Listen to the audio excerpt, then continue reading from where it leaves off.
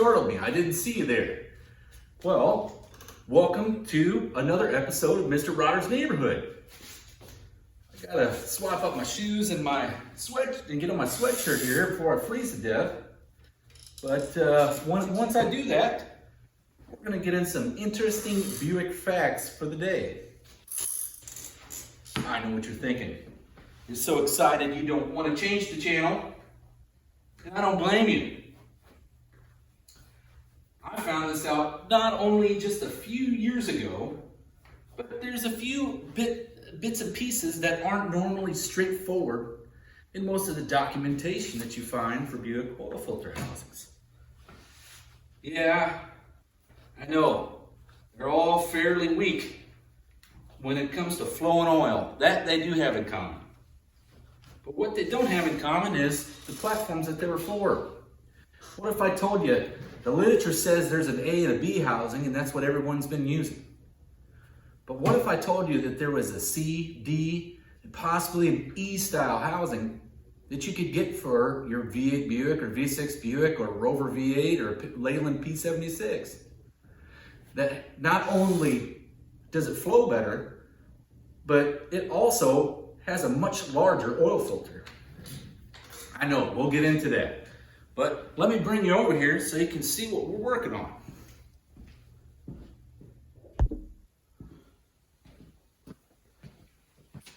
Okay, well, I got my big boy sweatshirt on and my work boots. So here we go. Right back into the details of the Buick oil filter housing. Like I said in the preview, there's more than just 3 housings available. There's technically 5, but we're going to cover 3 of them. 2 of them I do not have on hand. It's just simple thing to cover. One of them is unobtainium.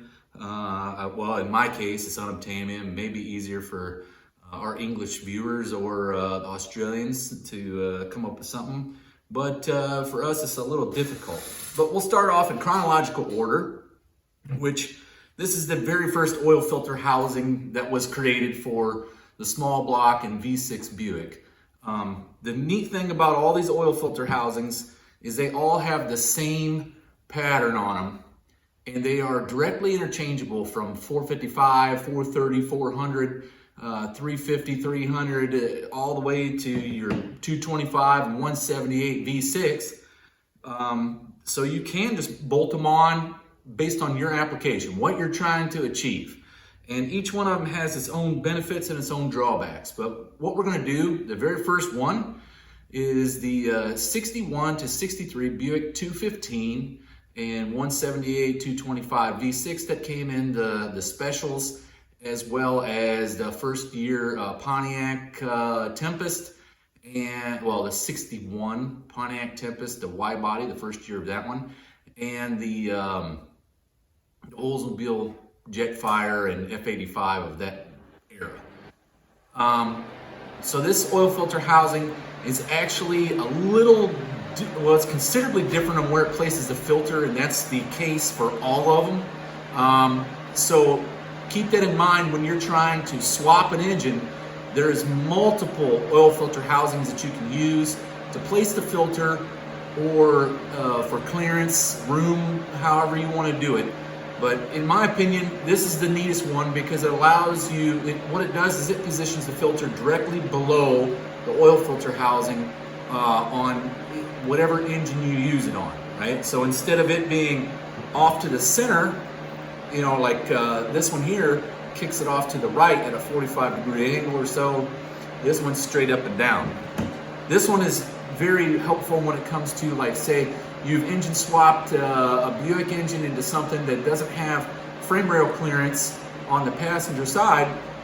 Instead of having the frame or the oil filter kicked off to the side at a 45-degree angle, this one drops it directly below the timing cover. Now, the big differences between this one and the others are, instead of having just one access point for your oil pressure regulator, this one actually has 2 fittings on it. One is for your bypass, your oil filter bypass. So if the filter gets plugged Your bypass is what operates, allowing oil to flow through the oil filter housing. In this case, the bypass is here, and then this would be your oil pressure regulator. The biggest problems that I found is this bypass is directly in the oil feed line, right? So you actually have a spring in there. It's got another cap. And you can open this hole up, but it really serves not much of a purpose, because the fitting itself is screwed into the actual opening for this. And it creates a 90-degree turn that the oil has to pass through, as well as it has to fight the spring that's located inside this bypass. So if you take it apart, you got your cap, just like on a normal oil pressure regulator, but then you also have this bypass spring. This bypass spring is directly in the passage, and I felt in this case it probably was not the best for what we were using it for. I've got this with a customer's 215.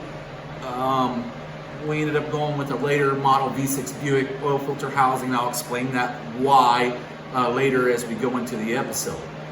But the other thing is, this, if you remember, this rectangular fitting is your output from your oil pump directly to the oil filter housing.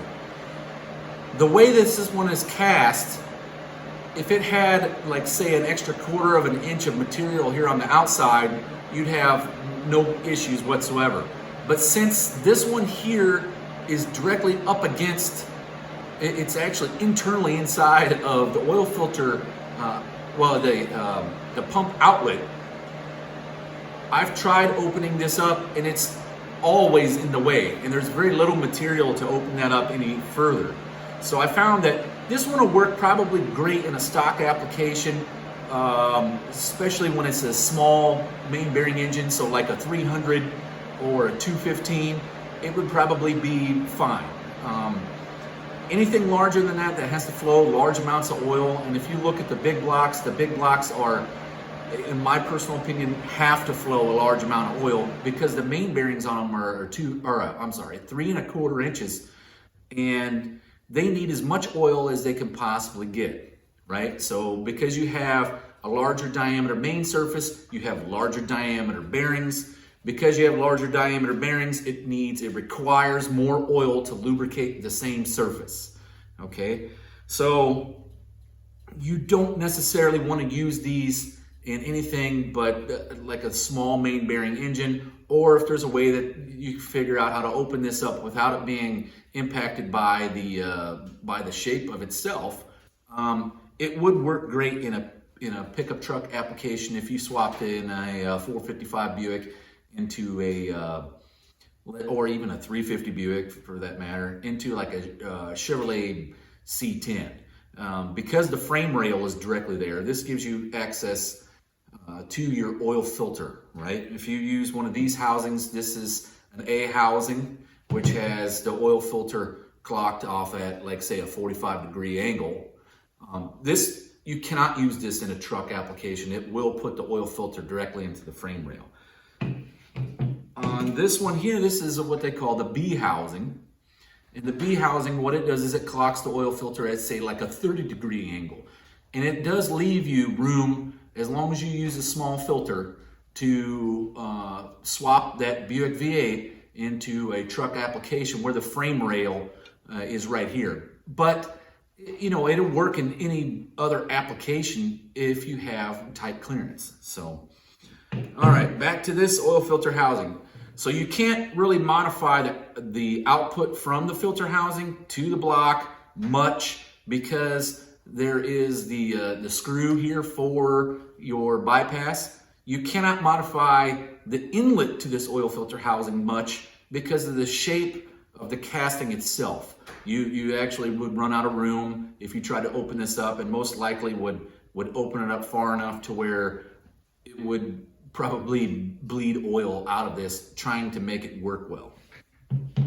Okay, the second housing, this is found on Buick V8s. This is what they call the A housing. This is found on Buick V8s from about 1964 through around 74. I've seen later applications with this, but that doesn't necessarily mean it came factory that way. It's just most of the stuff I get 60 years old, and there's generally people have been through a majority of it before, especially when you're talking oil filter housings, because if you think about it, all the Buick V8s have the same inherent oil problem, same as Rover or Leyland. Once they get quite a few miles on them, the bearings get worn down. You get the face of these oil filter housings gets damaged. The interior of the oil pump itself on the timing cover gets damaged by some trash going through it. It starts to lose its oil pressure, and generally the mechanics of the day, the thing was swap on a brand new oil filter housing and try to tighten up the pump tolerances, or put a high volume pump in there that would alleviate some of the problems. So generally what we would find is these things have been mixed and matched throughout eons, trying to get decent oil pressure on something that most likely couldn't retain oil pressure because the bearings were worn out. But in this case, the A housing came on just about everything, from 64 to 74-ish. The upsides of this housing is it's uniquely different than this housing where the filter drops straight down. It's infinitely better on its oil flow characteristics, because this one has an extra 90-degree turn in the oil filter housing that this one does not have. The outlet from the filter when the oil, okay, I guess I'll follow the passage first, but the oil will come in here at your oil inlet to the oil filter housing. It's your output on your timing cover to the inlet here. The problem with this inlet is I don't know how well you can see it, but it has the same rectangular shape, but as soon as it meets this oil filter housing, it's shaped at a 45-degree bevel angle downward, okay? And from my experience, anything that impedes flow, no matter how sharp the angle or how little the angle, anything that impedes flow restricts the oil flow itself. All right, it may be that this is plenty big, there may be a completely different idea behind it. If I could figure out how to, I guess, determine on how fast something moves oil, and like if I had a 5-gallon bucket and then we could just transfer it from one bucket to the next using the Buick V8 to do such, you might find that this one flows better. But based on my personal opinion, this one is not as good as the later ones. Okay, but as the oil travels in here, it runs out inside the filter housing here. Okay, and then it goes through your filter, which will normally have 6, 8, 10 holes drilled on the exterior. If you're looking at the face of where it screws on, there's like 10 holes around there that are drilled. There may be less, it depends which filter you have, but it's drilled through where this will come and be pushed through the filter. Okay. And then the center of the filter is where your oil returns to the engine after it's already been filtered. So this nipple here, the threaded nipple, is what your oil returns to the engine through, okay? So this one, in this case, as it travels through the inlet here, or I guess I shouldn't call everything inlet and outlet. As it returns to this nipple, the threaded nipple, it meets about a 45, 50-degree angle inside the oil filter housing and comes out your feed hole here, which if you remember on the timing cover, we did open up to 9/16. These oil filter housings are much happier when you open up essentially the feed line to the timing cover. If you open this one up to 9/16 or 5/8, they're a lot happier than the B housing. Okay, the B housing, you'll see it actually, in my opinion, flows the most, the best, but there is some drawbacks to it.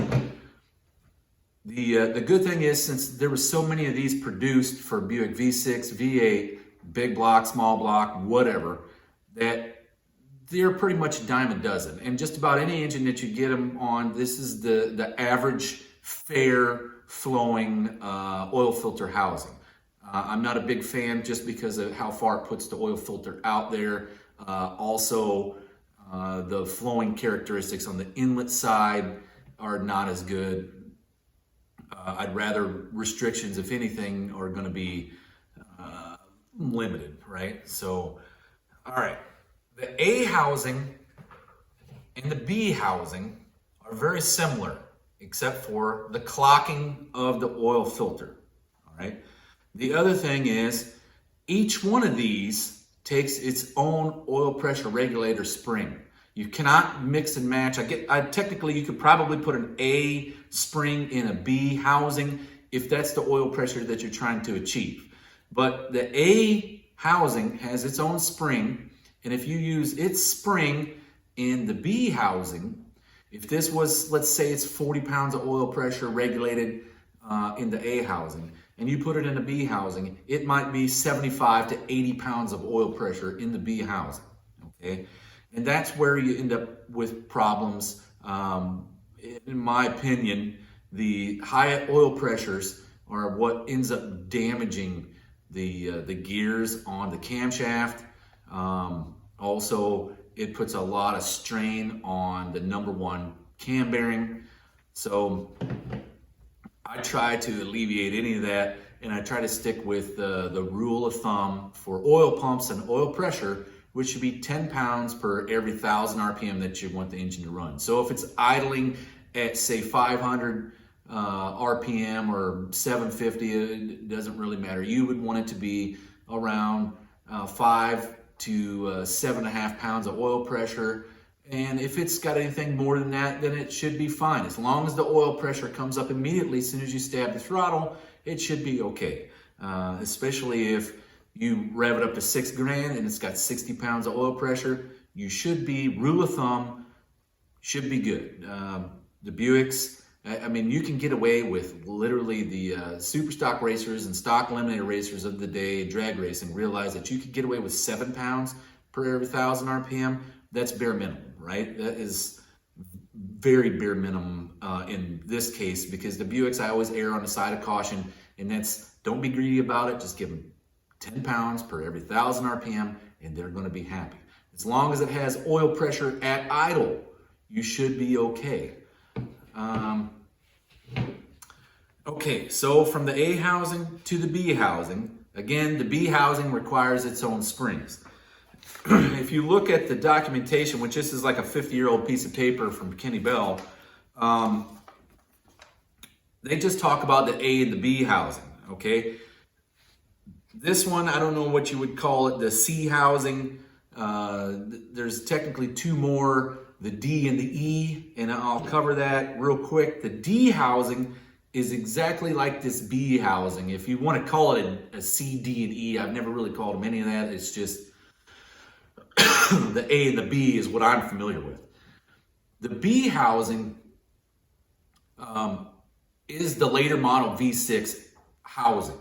The only exception is the nipple here went from a standard thread to a metric thread for the V6s. Later in the run of the General Motors V6, everyone knows that a lot of the bolts and everything became metric. This was one of the things that became metric.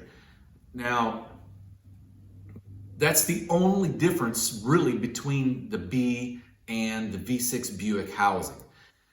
The only thing that I've noticed is, one, these are not so easy to come by, the B housings anymore, because they haven't made a Buick V8 or this even the V6 with this B housing since about 1981. So a majority of them went to the metric thread. There's nothing wrong, because they're all interchangeable amongst the Buicks. The V6 metric thread housing, the benefit of it is you can get an oil filter virtually anywhere. Any parts store, Walmart, all of them stock the Buick V6 metric thread oil filter. The standard thread oil filter, you can go to the parts store. Sometimes they have them on the shelf, sometimes they don't. Sometimes I gotta order one, it takes a day or two. The convenience of having the filter available on the shelf at any given automotive place is a huge benefit. Now, a lot of people will say this filter is so small. The filter, in my opinion, doesn't really have much of a factor in regulating oil, how much oil will flow through it. It will, but you can play with different size filtration to gain what you really want, and you really won't lose much because it's under pressure being forced through that filter element. Essentially the small size of it is what limits how long you can run that before you need to change the oil filter. In a racing application, you should be changing it quite often. In my experiences, once a month or so, you change the oil filter. And having one readily available on the shelf when you increase the periodicity of which you change the filter is very helpful, right? So there's nothing wrong with the metric thread V6 housing, which is still available through Melling, right? You can even get them through TA Performance. But back to this B housing. Okay, so here is your oil pressure feed, rectangular, or your oil feed coming from your timing cover for the rectangular fitting, or the rectangular inlet here. But it's direct through, okay? It goes straight through. There's very little limitation on what's actually happening in there. There's nothing really in the way. Sometimes there will be casting flash because they don't open this up. More or less, it's just as cast, mill it, put your fitting in, send her out the door, right? So you can find some casting flash in there. It's easy to open up. You just put your rotary tool in there and knock it down. If you need small rotary tool stuff, if you notice, I use a drill for a lot of it, and I just buy the rotary ends at, like, say, Lowe's. If you wanted to go a little on a limb, you could get the rotary tool in for a Dremel at Lowe's, put it in your drill, and chuck it up and knock down that casting flash. Now, there is two things that are kind of different because they clock this filter at a different angle. The A housing has one bolt in here. The B housing has two bolts contained within the oil filter housing. And sometimes you'll see it, that guys, that people will take these apart, leaving the filter on, and they can't figure out why this dang thing's still stuck on there, and they're trying to knock it off with a hammer, and they end up pulling the threads on these two without taking the filter and looking up in here that there's two more bolts, right? So if you're not familiar with the B housing, that's just the nature of the beast with the B housing. But because it does have a direct oil feed that's not impacted or impeded by the way that the housing is made, it does flow oil to the filter better, okay?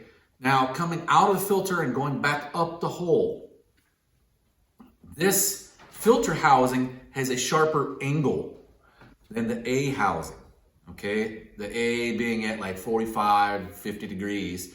The B here is more like 90 degrees, or it could be even like 100 degrees. I have had better luck opening these up and then knocking down the turn, radius to turn inside there. And I do it all. I don't really generally use a ball, mandrel, rotary file in these. I try to do all of this right here. Since this is aluminum, it's easy to modify with just sanding rolls. And what I try to do is find a sanding roll that is either fits down in this hole or is just slightly bigger, because you're going to have to open this hole up last. That's how I do it. I always open this hole last. And I try to radius that turn inside there first and knock down as much material inside this filter housing as possible. The downside of this filter housing is when you do open it up, because the angle of it is almost straight down, it will sometimes try to open further, let's say, this direction towards this cavity, okay? And that's just because the angle of it, your tool is going up and down, and like you're trying to open it up, it will open that up. The problem is your gasket, if you throw the gasket on here, okay, it does not have a lot of room of a margin for error in that direction. you can easily open this up past the gasket surface, rendering this junk. Okay, so you have to be very careful when you start opening this one up on the B housing. The A housing, however, has the same cavity, but because the angle is more this direction, it'll have a tendency to open it up more this way, which doesn't impact the closeness of the gasket to this cavity as bad. And you can get these fairly big. The A housings, I've had luck getting them out to 5/8, no problem. You just start to get thin around the gasket again. The more thin the gasket area is here, the harder it is to ensure that it's going to seal. Right? The longevity probably isn't as good either, but I haven't had many of these blow out. The paper gasket here, once you do get it installed and torqued down to 8 foot-pounds using the star pattern, they're relatively decent about sealing and staying sealed. But so that's the downside of the B housing. Okay, but I have taken these out to 5/8 inch as well, and just be very careful around this cavity area. All right, the C housing with the metric threads. Everything that I've said about the B housing applies to it as well, with the exception of the metric threads and the filter being the small V6 filter. Okay. All right, so that would be, if you wanted to call your V6 with the metric threads the D housing, that's the D housing. The E housing is my holy grail. I've never found one. I've looked for one for a while. I turned one up on eBay in the UK for 250 bucks. I really wasn't willing to spend that kind of money for an oil filter housing that was a what if. But it shares a lot of things in common with the first couple of years oil filter housing from the 61 to 63 wide body, which is the special, the Skylark from 61 to 63. But what I did notice is it has its own proprietary oil filter from Land Rover that has a bigger thread and a bigger fitting area here, and the filter itself is almost 3 times the size of the V6 Buick filter.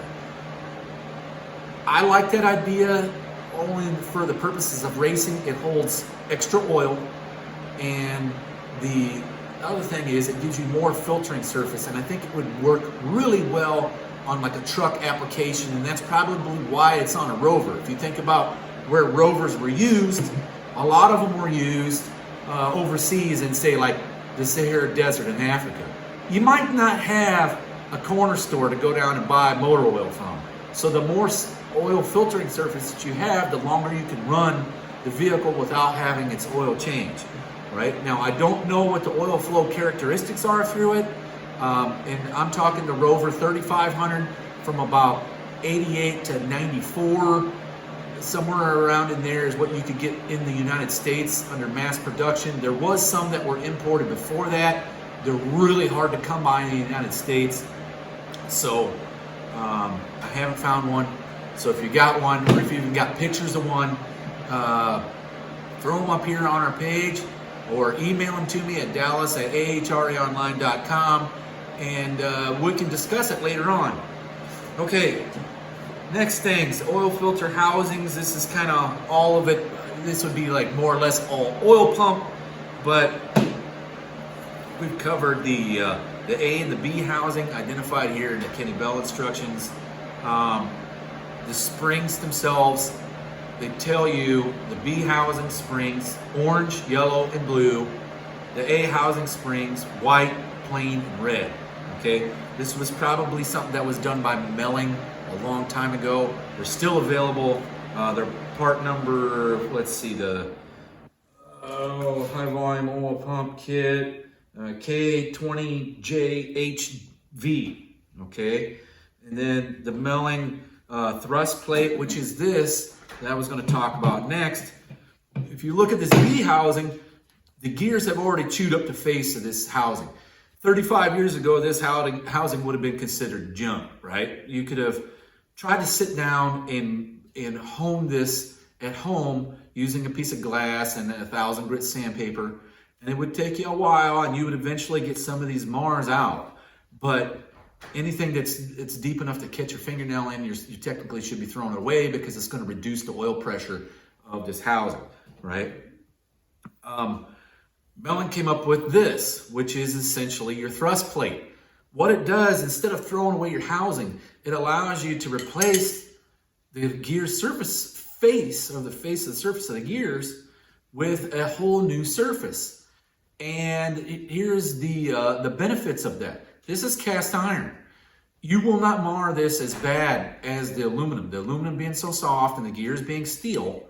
When you put this cast iron face on there, now you have a new true face that is harder than what was on there initially. So it's technically a better piece. I always run these. Plus, if you think about it like this, it's aluminum housing. When it heats up, it expands at a higher rate than the steel gears, always increasing your tolerance at the bottom of the gears, right? Which we'll get to in a few minutes. But this plate right here will not expand at the same rate as this aluminum. And what happens when you sandwich this in between and you put the bolts in there and you tighten it all down, it acts as a girdle on this filter housing and your timing cover, squaring up the bore of the timing cover, allowing it to not expand and contract as much, keeping your tolerances higher, which allows for better oil pressure, okay? I recommend these in just about every Buick V. Don't even waste your time trying to make that work when you have it all apart. You rebuild the engine, spend 25 bucks or 28 bucks or whatever these are these days, and buy one of these. Now, the only difference I found is if you look at the oil, this is your oil transfer slot or whatever you want to call it, feed from the filter or from the timing cover itself is always generally smaller than what's on the housing. You can probably see the difference right there, okay? Always open this up to the minimum of your housing size, okay? The other thing is, if you've taken the time to port the outlet from the oil filter housing to the pump, to your feed line, this hole is again, now 7/16. So whatever you did with this, if you put this plate on here directly out of the box without opening that hole, you have now decreased the size back to the original factory size, and you wasted all that time. Open this hole up. It takes minutes. You can literally run a drill through this sucker. It's cast iron, so you're not going to damage it really. Just take your time, drill through it. It takes a little bit of time, and don't heat it and warp it, okay? But if you open this up, these things are absolute magic. From the in the Buick engine family, or even your Rovers. The part number for it is a P201. It's still available from Mellon. You can get it from Summit or Jegs or whomever is your provider. But what I've noticed is this is not something that's common that people are really all that aware of. All right. Now, this is virtually the same thing if you look at it. Except for it has room for the gears. This is your high volume plate, okay? And it's made for a high volume oil pump, which is this set of gears here, all right? If you notice, here's a stock set of gears. The height difference is exactly the thickness of this plate right here, okay? A lot of people a long time ago, high volume, high pressure. This is technically just a high volume pump, okay? The high pressure comes in when you change the spring inside the regulator and increase the pressure to the engine, okay? But high volume pump, as you can see, the gears are taller. Now, all this is a stock set of gears out of a 300. This is your high volume pump that's a 1/4 of an inch taller. This is actually just a 455 set of gears mounted on a 350 shaft. This is a stock set of 455 gears, all right? The 455 high volume pump is 1/4 of an inch taller than this. If you wanted to create a V6 or small block Buick super high volume pump, right? You buy a 455 Buick high volume kit and you cut the gear or cut the shaft here to length for a 231 or small block V8 and notch it. Or you can press the gear or press the shaft out of the gear and press it in your new gear. All right.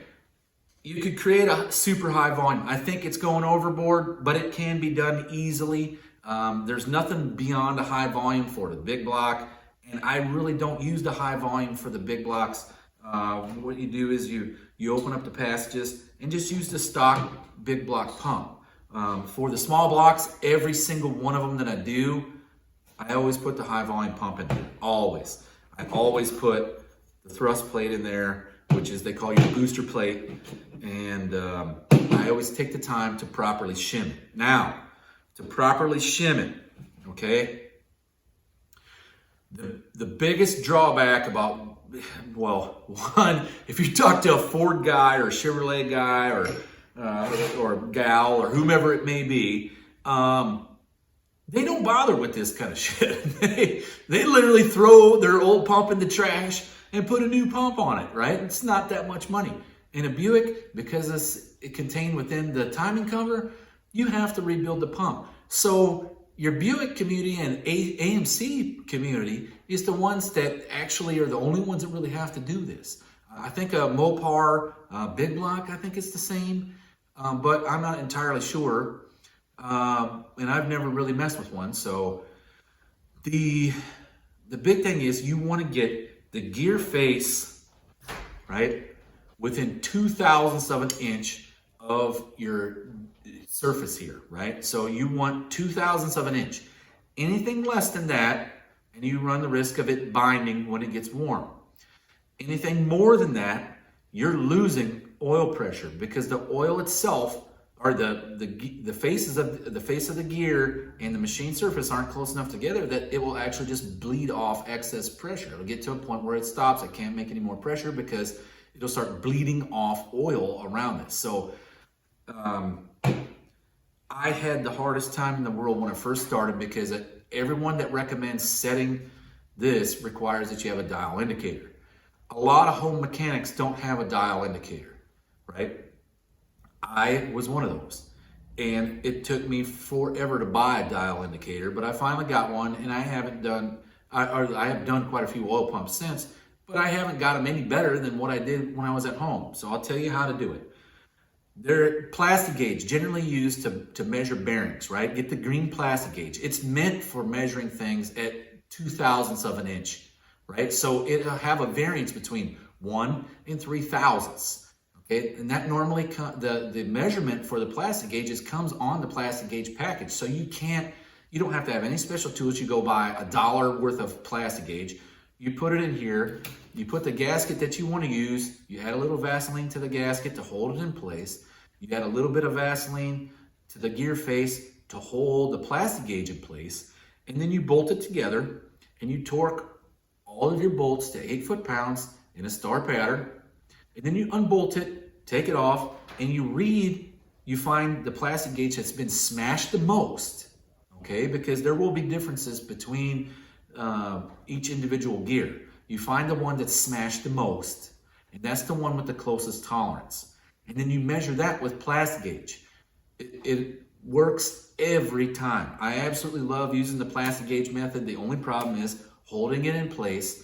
And what I found is the Vaseline does a pretty good job. If you wait too long to take it off, the plastic gauge is oil soluble and it will break down, right, with the Vaseline. So don't bolt it together, leave it on there for 2 weeks and take it off expecting to see something, because you won't. There won't be hardly anything left of the plastic gauge. So bolt it together, take it off, read your tolerance. If you got to add a thicker gasket, add a thicker gasket. All right, that's what we're going to cover next. Shims. TA Performance will sell you a shim pack, okay? You don't necessarily have to buy the shim pack.